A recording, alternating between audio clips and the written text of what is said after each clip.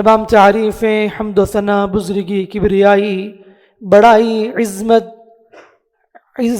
عزت و دلال، شان و شوکت اس اللہ رب العالمین کے لیے لائق و زیبا ہے جو اللہ رب العالمین کے ہمارا پروردگار ہے، خالق ہے، مالک ہے، وہی قہار ہے، وہی وہاب ہے، وہی رزاق ہے، اسی کی مشیت ہے، اسی کی مرضی ہے اور اسی کے اختیارات ہیں۔ درود و سلامتی ہو میرے اور آپ کے پیغمبر اسلام رحمت اللہ عالمین سید المرسلین امام النبیین محمد مجتبی مصطفیٰ صلی اللہ علیہ وسلم پر، جنہوں نے امت کے سامنے پاکیزہ شریعت پیش کیا اور دنیا اور آخرت میں نجات پانے والے اعمال بتائے۔ معزز اسلامی بھائیوں اور پردہ نشین خواتین اسلام، خطبہ مسنونہ کے بعد سورۃ النحل کی ایک آیت تلاوت کی گئی۔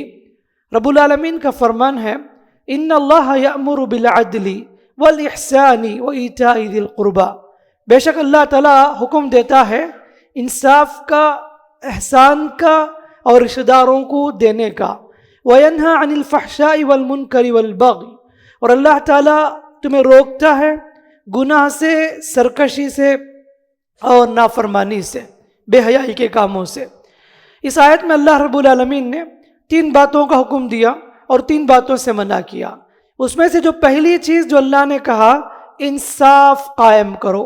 میرے بھائیوں، آج کے اس خطبے میں ہم لوگ عدل و انصاف کے بارے میں انشاءاللہ مختصر طور پر دیکھیں گے کہ انصاف اللہ رب العالمین کو بے حد پسند ہے۔ اللہ رب العالمین جو ہمیں شریعت دیا ہے وہ انصاف پر مبنی شریعت ہے۔ یہ کائنات قائم ہے، انصاف کے ساتھ قائم ہے۔ اللہ رب العالمین نے توازن کے ساتھ، انصاف کے ساتھ اس کائنات کو بھی قائم کیا، اور دین شریعت جو ہم کو ملی ہے وہ شریعت بھی انصاف پر مبنی ہے۔ اسی لیے جو لوگ بھی انصاف قائم کرتے ہیں اللہ تعالیٰ انہیں پسند کرتا ہے۔ کہا کہ ان اللہ یحب المقسطین، کہ بے شک اللہ رب العالمین انصاف کرنے والوں کو پسند فرماتا ہے۔ اور جو لوگ انصاف قائم کرتے ہیں ایسے لوگ قیامت کے دن بہت اجر عظیم سے نوازے جائیں گے۔ اللہ کے نبی صلی اللہ علیہ وسلم فرماتے ہیں کہ جو لوگ انصاف قائم کرتے ہیں وہ لوگ قیامت کے دن رحمان کے دائیں جانب ممبر پر کھڑا کیے جائیں گے، نور کے ممبر پر اللہ تعالیٰ ان لوگوں کو فائز کرے گا۔ تو جو لوگ دنیا میں حق کو حق کہتے رہے، باطل کو باطل کہتے رہے اور انصاف کے ساتھ انہوں نے فیصلے کیے، ہر کام کو انہوں نے انصاف کے ساتھ اس کو ساری چیزوں کو انہوں نے بتایا، ایسے لوگوں کے لیے خوشخبری سنائی گئی۔ اور قیامت کے دن جب لوگ نفسی نفسی کے عالم میں ہوں گے، اللہ تعالیٰ ایسے لوگوں کو جو انصاف قائم کرتے ہیں اللہ عرش کے سائے میں جگہ دے گا۔ امام عادل کہا نبی صلی اللہ علیہ وسلم نے، وہ انصاف کرنے والا بادشاہ، وہ انصاف کرنے والا حاکم جو انصاف کے ساتھ حکومت چلاتا ہے۔ اللہ رب العالمین ایسے مومن انصاف کرنے والے کو قیامت کے دن مخصوص سائے میں جگہ عطا فرمائے گا۔ میرے بھائیوں، انصاف یقین معنی میں ایک بہت بڑی نیکی ہے، اور انصاف کے ساتھ زندگی گزارنا اور لوگوں کے درمیان انصاف کرنا یہ بہت بڑی نیکی ہے۔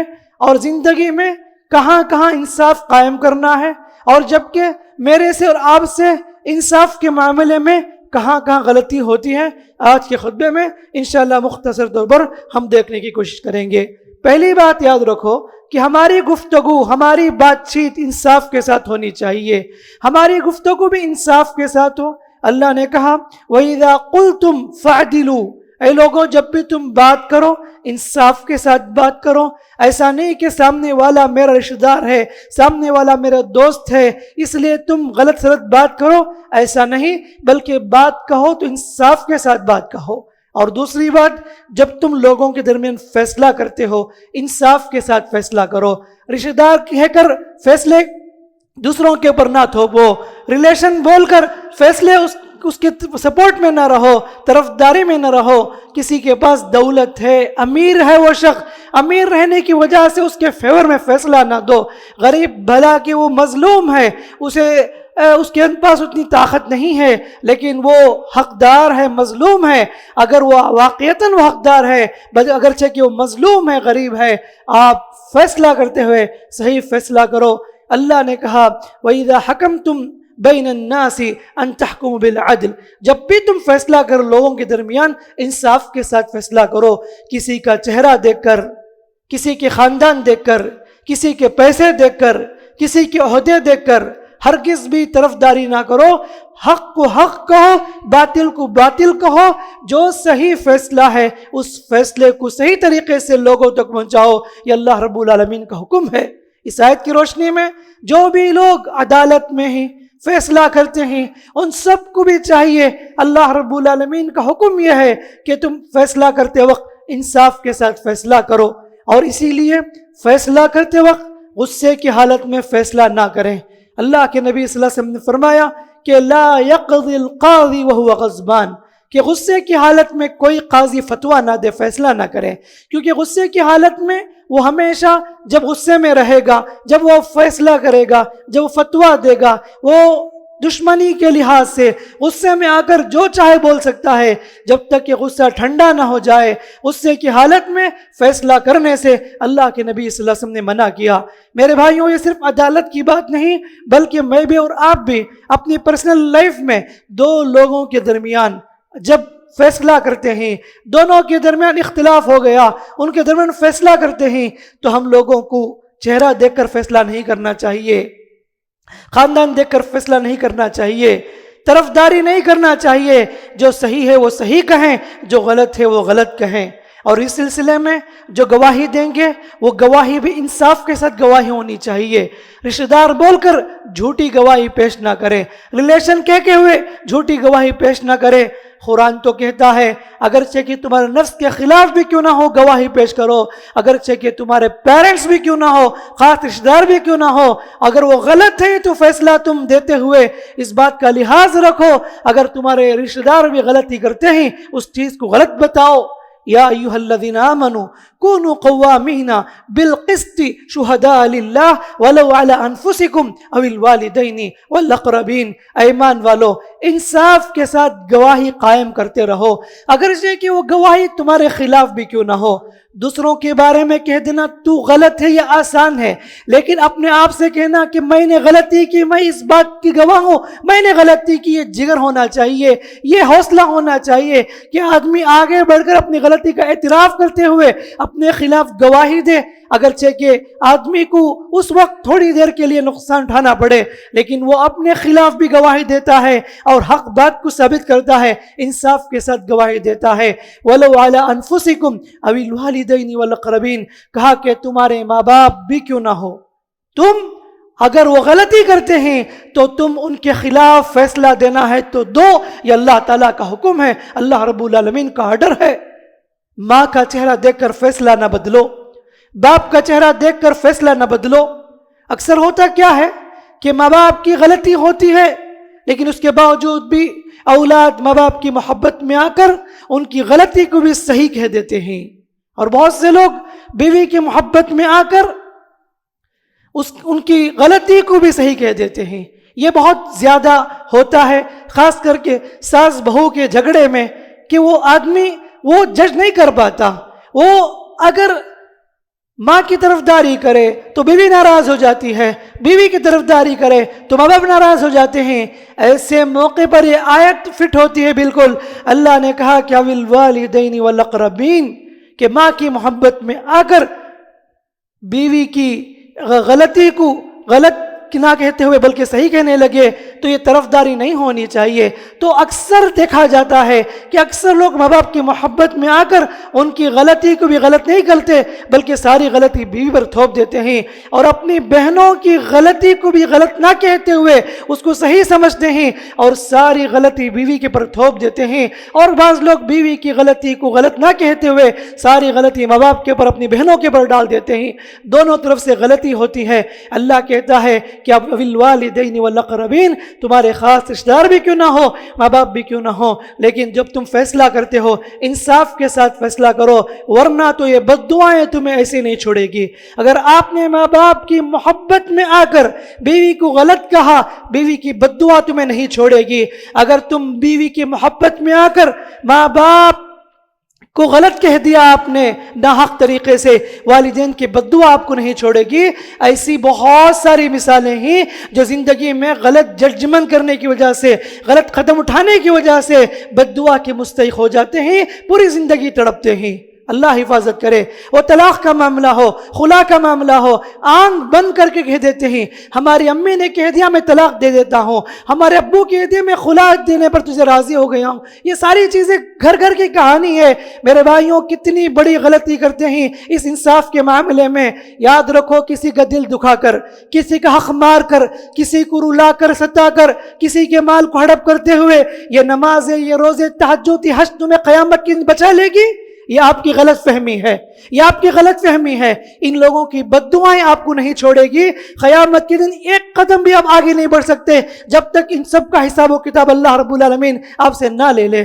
تو اسی لیے اپنی پرسنل لائف میں، گھریلو زندگی میں، جب تم اپنے آپ کو بڑے کہتے ہو، گھر کے ذمہ دار کہتے ہو، اور تم اپنے آپ کو ایک ذمہ دار کی حیثیت سے رکھتے ہو، تو وہاں پر جب تمہیں فیصلہ کرنا پڑے تو انصاف کے ساتھ فیصلہ کرو۔ کہیں آپ محبت میں آ کر غلط فیصلہ دے کر اللہ تعالیٰ کو ناراض نہ کر بیٹھو۔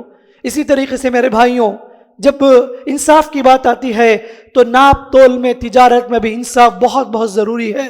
وزنوا بالقسطاس المستقیم، اللہ نے کہا کہ تم وزن کرو انصاف کے ساتھ، صحیح طریقے سے ٹھیک ٹھاک کرو۔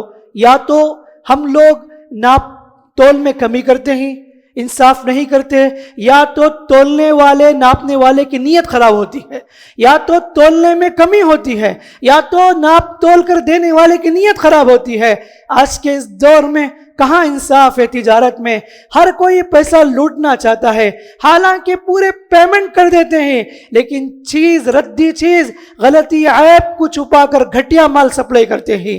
اور یہ سب چیزیں آپ کو اچھی طرح اندازہ ہوگا کہ آپ نے پورے طریقے سے پیمنٹ کیے ہوگے، لیکن چیز جیسے آپ نے پیمنٹ کیے وہ حق ادا نہیں ہوتا، بلکہ پورے ڈیمیج پیس اور بالکل غلطی قسم کی چیز آپ کو سپلائی ہوتی ہے۔ اور پھر بھی کہتے ہیں ہم اللہ والے، پھر بھی کہتے ہیں ہم پہلی صف کے مصلی، پھر بھی کہتے ہیں ہم دیندار، پھر بھی کہتے ہیں کہ ہم لوگ اللہ کے راستے میں نکلنے والے۔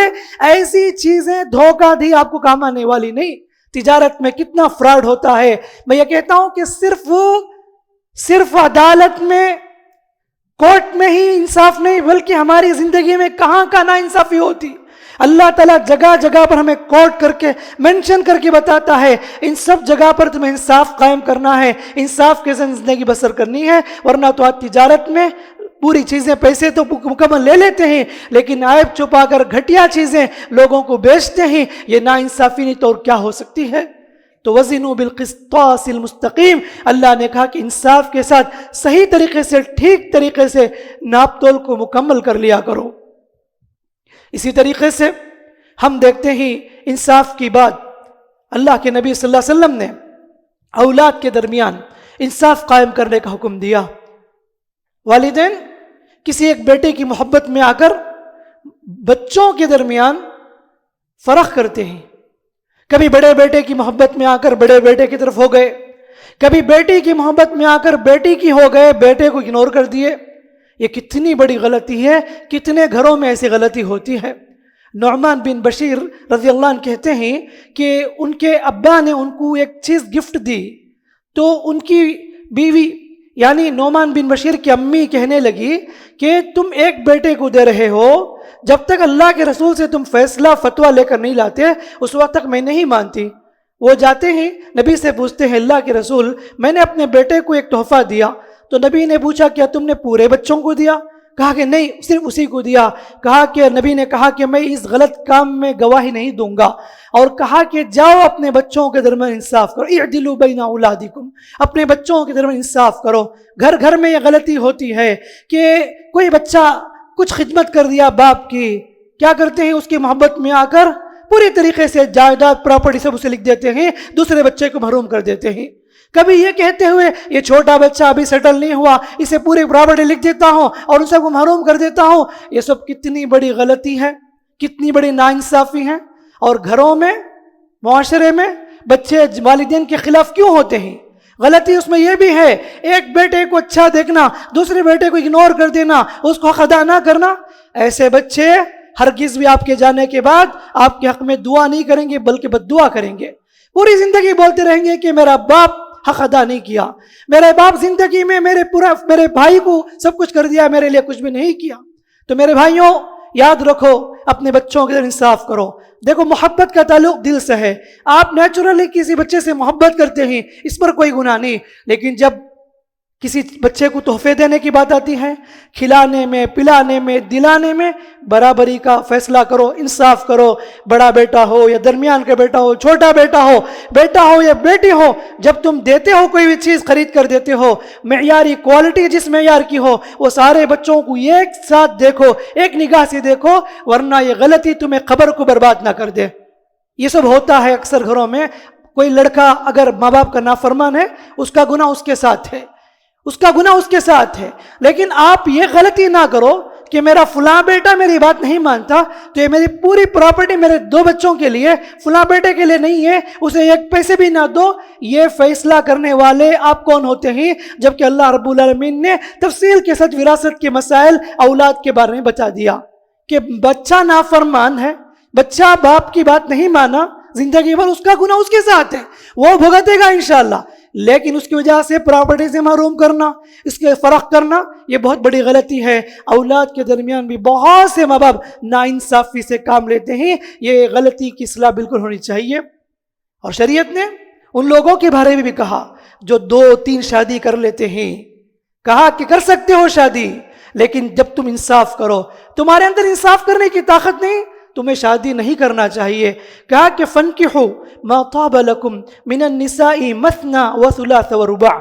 اللہ نے کہا کہ تم شادی کرو، جو پسند آئے، 2، 3، 4 تک نکاح کر لو، لیکن کہا کہ فَإِنْ خِفْتُمْ أَلَّا تَعْدِلُوا، اگر تمہیں خوف ہے کہ تم انصاف نہیں کر سکتے، فَوَاحِدَةٌ، ایک بیوی کافی تمہارے لیے۔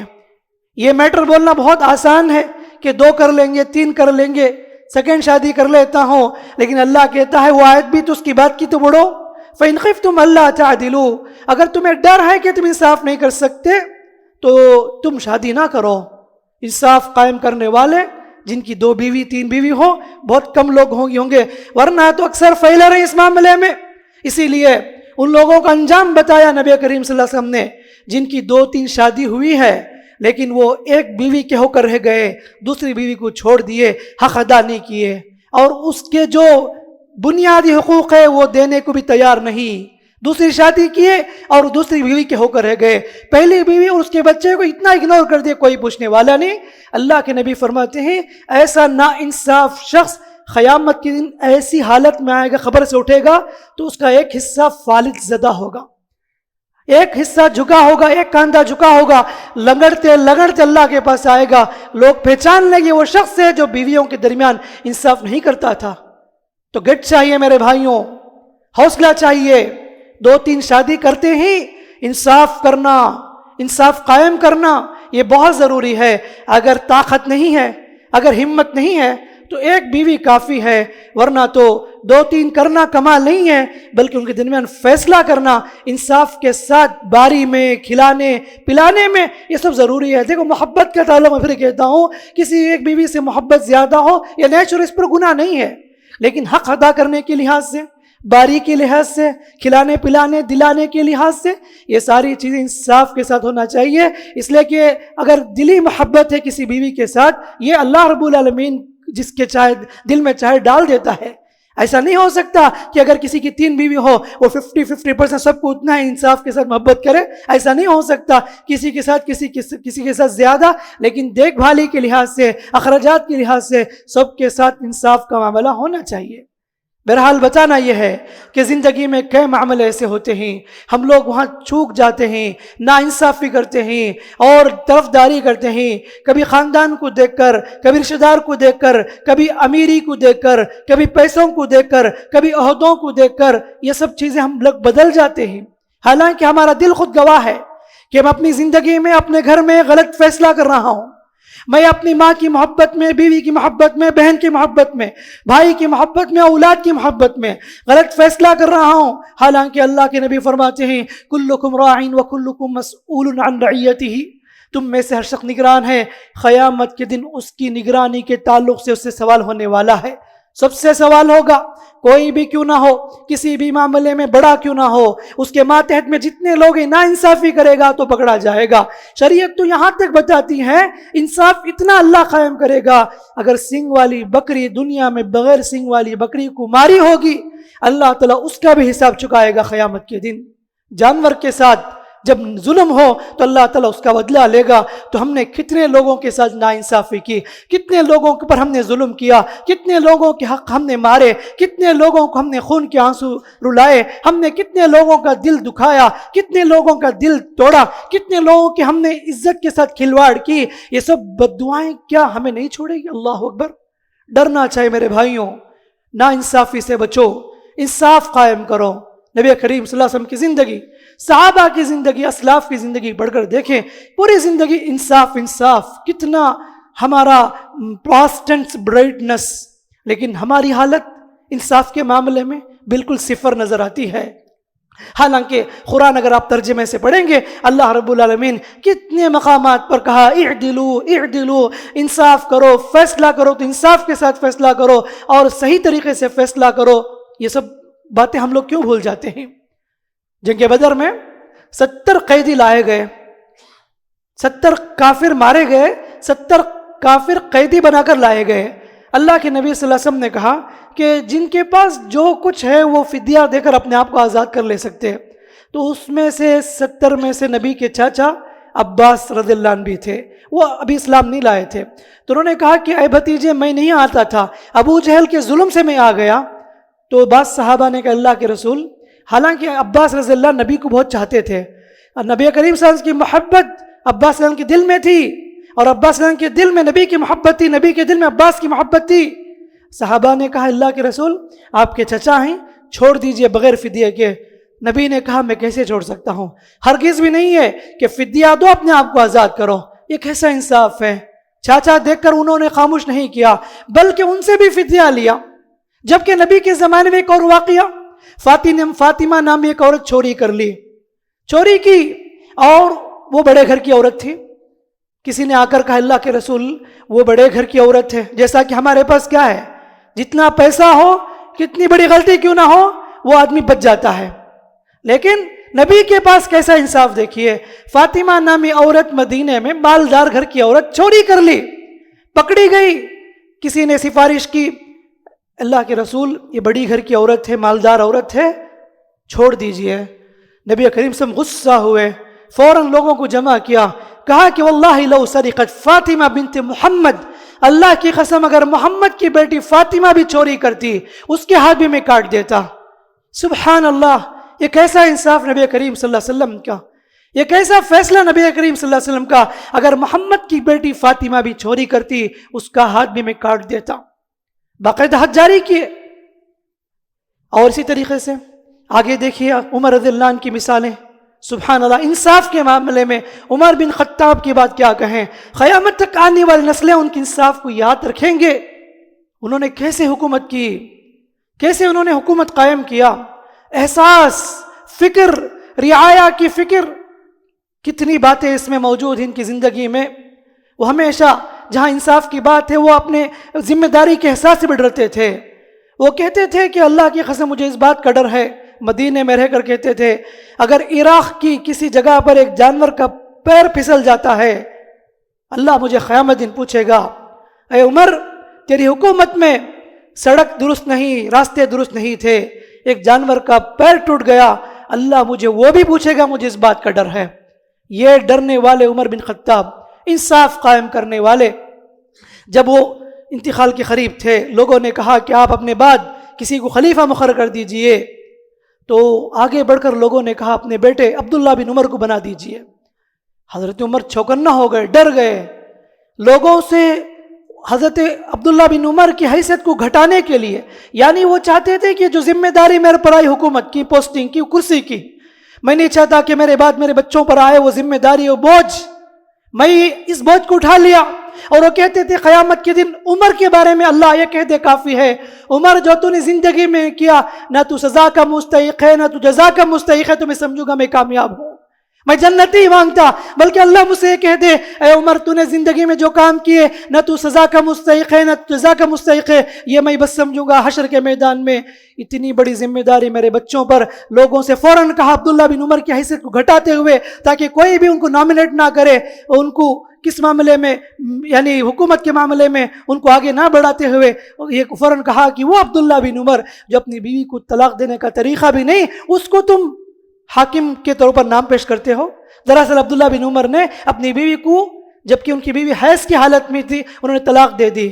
اللہ کے رسول نے کہا کہ حیض کی حالت میں طلاق نہ دے، واپس لینے کا حکم دیا نبی صلی اللہ علیہ وسلم نے۔ تو حضرت عبداللہ بن عمر رضی اللہ عنہ کے بارے میں عمر رضی اللہ عنہ نے لوگوں کے پاس یہ کس لیے بتایا تاکہ لوگ ان کا نام پیش نہ کریں۔ آج کوئی بھی عہدے میں کیوں نہ ہو، کہیں بھی آپ دیکھیے، کوئی آرگنائزیشن ہو، کوئی بھی جگہ پر کیوں نہ ہو، وہاں پر ہر کوئی عہدے کا بھوکا ہے، پوسٹنگ کا بھوکا ہے، کرسی کا بھوکا ہے۔ وہ چاہتا ہے کہ میرے بعد میرے بچے آئیں، میرے رشتہ دار آئیں، اور کسی اور کو جگہ نہیں دیتے وہ لوگ۔ تو یہاں پر ان لوگوں کو سوچنا چاہیے، عمر بن خطاب رضی اللہ عنہ جیسی کی سوچ، فیصلہ، انصاف، وہ نہیں چاہتے تھے کہ میرے بعد میرے بچے آئیں، بلکہ لوگ جسے مناسب سمجھے ان کو منتخب کر لیں۔ انہوں نے ایک کمیٹی فارم کی اور باقاعدہ مشورے کے بعد میں حضرت عثمان رضی اللہ عنہ کو خلیفہ تسلیم کر لیا گیا۔ تو انصاف کی بات کہیں تو عمر کی مثال سبحان اللہ کتنی مثال بڑی ہے۔ علی بن ابی طالب رضی اللہ عنہ کے بارے میں ایک واقعہ ہے کہ علی بن ابی طالب کا زرہ جو جنگی لباس ہے گم ہو گئی، تو کسی یہودی کی طرف دیکھا تو وہ یہودی پہنا ہوا تھا، تو علی بن ابی طالب نے کہا یہ کپڑا، یہ لباس میرا ہے، تو کہا کہ نہیں، ہرگز بھی نہیں ہے۔ آخرکار فیصلے کے لیے قاضی کے پاس جاتے ہیں، قاضی علی رضی اللہ عنہ کو بھی اور اس یہودی بھی کھڑا کرتا ہے۔ علی بن ابی طالب رضی اللہ عنہ نے کہا کہ یہ جو کپڑا ہے، یہ جنگی لباس، یہ میرا ہے، اس نے چرا لیا ہے۔ تو اس نے کہا کہ نہیں۔ تو قاضی نے کہا کہ اے علی، تم کہتے ہو، اس کے لیے کیا پروف ہے، کیا گواہ ہے؟ تو انہوں نے کہا کہ یہ لباس میری ہے، اور گواہ کے طور پر اپنے بیٹے حضرت حسن کو لا کر کھڑا کیے۔ تو کہا کہ اے علی، گواہ دو ہونی چاہیے، یہ ایک بھی نہیں، وہ بھی تمہارے بیٹے کو لے کر آئے ہو، ایسی گواہی قبول نہیں ہوگی کہ تمہاری اولاد کو گواہ کے طور پر پیش کرتے ہو، ہم اس گواہ قبول نہیں کریں گے۔ تو لہٰذا یہ لباس آپ کا نہیں بلکہ یہودی کا ہے۔ یہودی بہت شاک ہو گیا، متاثر ہوا کہ وہ خلیفہ علی بن ابی طالب بادشاہ اور ان کے خلاف ایک قاضی فیصلہ کرتا ہے، بہت متاثر ہوا۔ فوراً اسی جگہ پر کہا اشہد ان لا الہ الا اللہ و اشہد ان محمد رسول اللہ، کلمہ پڑھا، اتنا متاثر ہوا اور کہا کہ میں سچ کہتا ہوں یہ لباس جو پہنا ہوں علی بن ابی طالب کا لباس ہے، کہ دراصل میں نے چپکے سے ان کے لباس کو لے لیا، لہٰذا میں آپ کے اس فیصلے سے، انصاف سے متاثر ہوا، میں اسلام قبول کرتا ہوں، اور لباس اتار کر دینے لگا۔ علی بن ابی طالب نے کہا کہ جاؤ، یہ لباس میری طرف سے تمہارے لیے تحفہ ہے۔ سبحان اللہ میرے بھائیوں، ایسی کتنی باتیں ہیں، کتنے واقعات ہیں۔ انصاف انصاف انصاف، اسلام کا جو ہمارے جو اسلاف تھے، صحابہ، تابعین، تبع تابعین، کتنی مثالیں موجود انصاف سے بھری بڑی ہیں، لیکن میری اور آپ کی لائف سٹائل، زندگی ناانصافی سے، ظلم کے ساتھ بھری بڑی ہے۔ اللہ حفاظت کرے۔ تو لہٰذا میں بھی اور آپ بھی سوچ کر دیکھیں کہ زندگی میں ہم لوگ ماشاءاللہ سے آپ کو معاشرے میں ایک سے بڑھ کر ایک نمازی نظر آئیں گے، تہجد گزار نظر آئیں گے، بہت اللہ والے دیندار نظر آئیں گے، لیکن امانت داری، انصاف قائم کرنے والے، صحیح فیصلہ کرنے والے آج بہت کم نظر آئیں گے۔ وہ جماعت میں کیوں نہ ہو، کسی بھی کمیٹی میں کیوں نہ ہو، آرگنائزیشن میں کیوں نہ ہو، جب بھی فیصلہ کرنے کی بات آتی ہے وہاں پر پھسل جاتے ہیں۔ رشتہ داروں کا چہرہ دیکھ کر، بھائی کا چہرہ دیکھ کر، اور اپنے خاص دوستوں کا چہرہ دیکھ کر فیصلہ بدل لیتے ہیں اور ناانصافی کے ساتھ فیصلہ دیتے ہیں۔ اللہ ہدایت دے۔ یہ سب چیزیں ہمیں ڈرنا چاہیے، اور اپنے آپ کو جب مسلمان کہتے ہیں یہ ساری باتیں اپنی لائف میں امپلیمنٹ کرنی چاہیے، عمل میں آنی چاہیے۔ اللہ سے دعا ہے کہ اللہ تعالیٰ مجھ کہنے والے کو کہنے سے زیادہ، سننے والے کو سننے سے زیادہ عمل کی توفیق عطا فرمائے۔ جہاں بھی لوگ پریشان ہیں اللہ ان کی پریشانی کو دور فرمائے، جو لوگ تکلیفوں کا شکار ہیں اللہ ان کی تکلیفوں کو دور فرمائے، جو لوگ بیمار ہیں اللہ انہیں شفا عطا فرمائے، جو انتقال ہو چکے چکے ہیں، اللہ ان کی مغفرت فرمائے، ان کے خبر کو کشادہ فرمائے، اللہ رب العالمین جنت الفردوس میں اعلیٰ مقام پر فائز فرمائے۔ اللہ مجھے بھی اور آپ کو بھی، تمام لوگوں کو بھی جب تک اس دنیا میں رکھے ایمان پر رکھے، اسلام پر رکھے، موت آئے ایمان پر آئے، اسلام پر آئے۔ اللہم آمین۔ بارک اللہ لنا ولکم فی القرآن الحکیم ونفعنا وإياكم بالآیات وذکر الحکیم، انہ تعالی جواد کریم ملک برفع بر حلیم۔